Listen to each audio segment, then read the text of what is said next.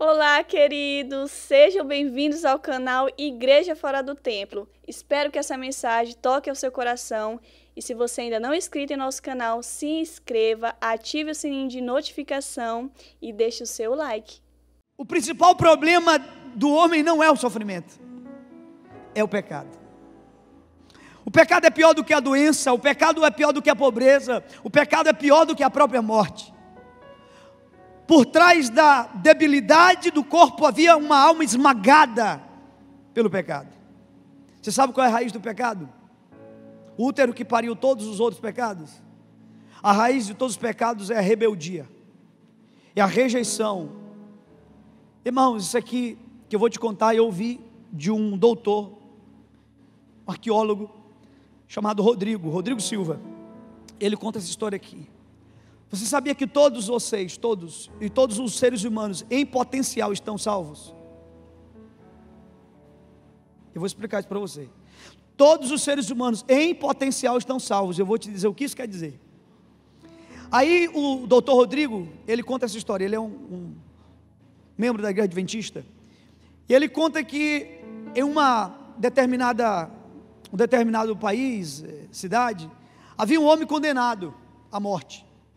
E nas leis daquele país, o governante poderia dar uma espécie de perdão, igual o presidente fez agora, um ato de perdão, inclusive é chamado de ato de graça, né? Induto de graça. Isso é uma prerrogativa de governantes. E esse governante, pastor Luciano, tinha essa prerrogativa. E o que é que ele faz? Ele faz um ato de graça e ele perdoa um homem que seria condenado à morte. E aí ele faz uma surpresa, ele põe uma roupa de clérigo, pega uma Bíblia e põe a carta de perdão dentro da sua Bíblia e vai visitar aquele homem. Quando ele chega na cela ou na antecela, o carcereiro abre a cela e diz: olha, tem visita para você, aquele homem quer falar com você. E ele diz: pois eu não quero falar com aquele louco, fanático, religioso. Pensou logo assim: deve ser um pastor, um padre, uma Bíblia na mão, deve ser um pastor, um padre. Não quero falar com esse louco, não quero conversar com ele, vai embora daqui. E ele não deixou nem o homem falar, e ele foi embora. E o carcereiro disse: rapaz, você realmente é louco. Ele disse: por quê? Você sabe quem é esse homem? Ele disse: não, deve ser algum religioso fanático. Ele disse: não, não é. Esse homem é o governador. E sabe o que ele tinha dentro daquela Bíblia, aquele livro? Ele tinha a carta do teu perdão. E agora você vai ser executado amanhã. E esse homem foi executado.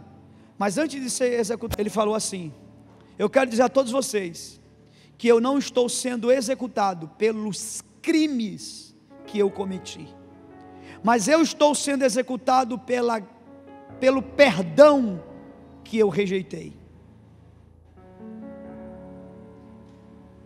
Quantos cultos você já participou e alguém perguntou: você quer entregar a tua vida a Jesus? Ninguém vai ser condenado pelos pecados grotescos que fizeram. O homem será condenado porque ele rejeitou a cruz. Ah, pastor, mas eu aceito. Não, isso não é molecagem, não. Isso é coisa séria. Dizer que aceito implica mudar de vida, implica ter uma transformação, implica largar o pecado, ter uma vida de acordo com a palavra de Deus. Isso é muito sério. O maior problema do homem não é o sofrimento como nós pensamos. Aí tem uma questão aqui muito interessante. Há um determinado momento no texto, e vocês viram na cena, que Jesus faz uma pergunta. Jesus pergunta assim: o que é mais fácil? O que é mais fácil? Dizer perdoados estão os teus pecados, ou dizer levanta-te e anda? Isso aqui intriga muito os exegetas da Bíblia, os intérpretes da Bíblia. Confesso a você que eu hoje penso diferente, porque eu entendi esse texto. Esse texto, essa pergunta é explicada no verso 10, eu vou já ler com você o verso 10. Nós achamos que a coisa mais incrível que aconteceu aqui foi: levanta-te e anda. Tanto prova que na hora do filme vocês aplaudiram, glorificaram, mas vocês não fizeram a mesma coisa quando Jesus disse para ele: filho, perdoados estão os teus pecados. E a maior bênção que aconteceu aqui foi essa. Então, irmão, vamos lá. Levantar um paralítico ou dizer perdoados estão os teus pecados, o que é mais fácil ou mais difícil? Seja lá como você queira confrontar essa passagem. O homem, com a sua inteligência, evoluiu muito. E vocês sabiam que o homem consegue hoje, através da robótica, dar movimentos a pessoas completamente sem movimentos na região inferior? Zero de movimento, pessoa completamente imobilizada, sem movimento. A robótica hoje consegue fazer essas pessoas andarem. Na época, haviam pessoas, os curandeiros. Logo, fazer alguém andar, por mais que seja assim uma coisa, uau! Mas não se espante se daqui com o tempo o homem conseguir fazer isso. Agora tem uma coisa que o homem nunca vai conseguir fazer. Tem uma coisa que a filosofia nunca vai conseguir. As terapias, os conceitos de autoajuda. Tem uma coisa que as religiões nunca vão conseguir fazer. Somente Deus pode fazer: perdoar os pecados do homem. Só Deus pode fazer isso. E aí a gente precisa entender uma coisa aqui. Quando ele diz blasfêmia, quando o fariseu diz, ele está blasfemando. Como é que ele está dizendo perdoado estão os teus pecados? Porque só Deus pode dizer isso. Blasfêmia. Você sabia que o fariseu não estava de todo errado? Não, ele não estava de todo errado, porque realmente era uma blasfêmia. Um homem, um ser humano dizer isso, blasfêmia, porque só tem um que pode dizer isso. Quem é? Deus. Então, quando Jesus está dizendo isso, o que Jesus está dizendo é: eu sou Deus. Eu sou Deus. Vamos ler o verso 10 rapidinho. Verso 10 diz assim: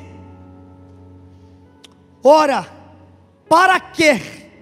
Veja que tem um objetivo, tem um propósito. Para que saibais que o Filho do Homem tem poder na terra para perdoar pecados, disse ao paralítico: a ti te digo, levanta-te, toma o teu leito e vai para a tua casa. Ou seja, irmãos, está muito claro aqui que o milagre é absolutamente secundário nessa passagem. O milagre, pastor Luciano, ele só foi feito para confirmar a coisa mais incrível que aconteceu aqui. Jesus, o próprio Deus encarnado, veio para perdoar os pecados dos homens. Só que a gente não consegue se deslumbrar com isso, sabe por quê? Porque a gente nem sabe do que Deus nos salvou. Ah, se nós soubéssemos. Quando Jesus disse aqui nessa cena: perdoados estão os teus pecados, tu ia subir nessa cadeira, tu ia gritar, tu ia assoviar, tu ia ficar eufórico. Mas você ficou eufórico pelo milagre. E o que dizer das igrejas, com suas campanhas intermináveis sobre milagres, fazendo do milagre uma coisa prioritária. E o milagre não é uma prioridade. O milagre foi feito para quê? O texto está claro. Para quê? Para que vocês saibam que o Filho do Homem tem poder para perdoar pecados. Isto é a coisa mais importante. Mas para que vocês saibam que isso é verdade, eu vou fazer uma outra coisa secundária. Quem está me entendendo? Se essa mensagem tocou o seu coração, conte-nos a sua experiência aqui nos comentários e não esqueça de curtir e compartilhar essa mensagem maravilhosa. Até lá!